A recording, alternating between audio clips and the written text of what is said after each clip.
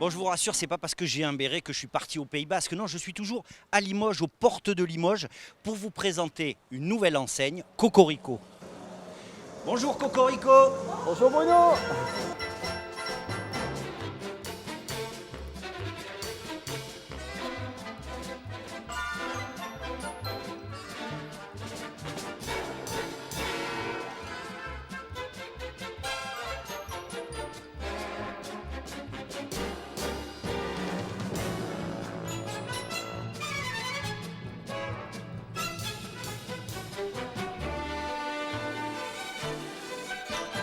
Charles, on est à Cocorico. Cocorico, c'est une nouvelle boulangerie, vous nous direz, c'est tout un concept.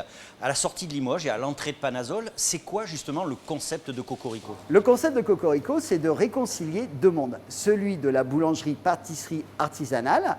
Donc ici, on fabrique tout maison avec nos artisans boulangers derrière, dans le fournil, et nos artisans pâtissiers dans le labo de fabrication pâtisserie.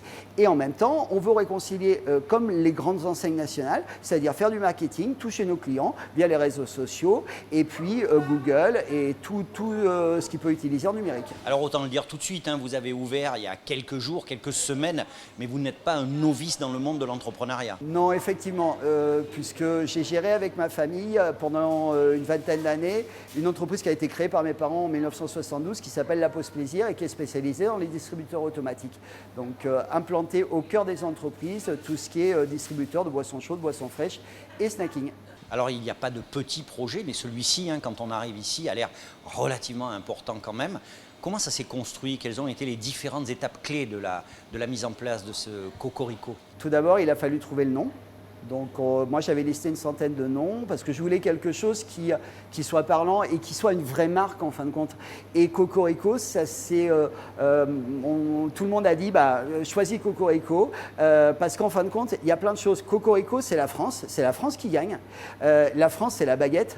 Et la baguette, c'est la France, inversement. Et puis Cocorico, c'est un cri, donc c'est revendicatif aussi de plein de choses qu'on a à dire. Nous, on a envie de réveiller les papilles et notre slogan, c'est le boulanger qui voit plus loin que son nez parce qu'on a envie peut-être de retrouver des choses chez nous qu'on ne trouve pas dans d'autres boulangeries et de faire bouger un peu la boulangerie modestement, mais à notre petite échelle. Donc les étapes, c'est monter comme ça, d'abord trouver le nom et puis après trouver les partenaires puisqu'on a besoin d'un partenaire important qui est une minoterie, donc la minoterie Girardot pour le cas, et puis trouver tous les autres partenaires qui en local nous ont aidés à monter ce projet. Monter un projet, c'est prendre les bonnes décisions, c'est aussi savoir s'entourer, notamment dans la phase de construction et de financement. Qui vous a aidé? Effectivement, j'ai eu la chance d'être accompagné par plusieurs partenaires.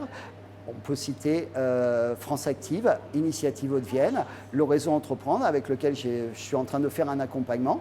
Et puis la BNP aussi qui m'a accompagné dans le financement, BPI. Et un merci tout particulier à Jean-Paul Dehuche, ancien patron des cafés RL, qui m'a mis sur la piste de cette entreprise et de cette reprise. À peine ouvert et vous fourmillez déjà de projets, puisque je crois que vous avez l'ouverture d'un autre point de vente à Limoges. Oui, effectivement, dans le quartier de Roussillon, très prochainement, l'ouverture de la deuxième boulangerie Cocorico est prévue. Bon Charles, il est temps pour moi de rentrer, mais avant ça, bien évidemment, je vais prendre quelque chose pour mon repas de midi.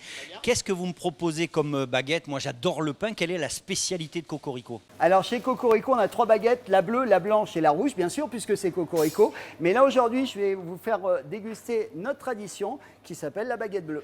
Eh bien super, voilà je la prends. Bruno. Merci beaucoup. Avec voilà, plaisir. la baguette, je vais la goûter, je vous dirai plus tard ce qu'il en est. Mais il y a aussi plein d'autres choses dans les vitrines et moi, ça me donne faim. Allez, à bientôt. Au revoir.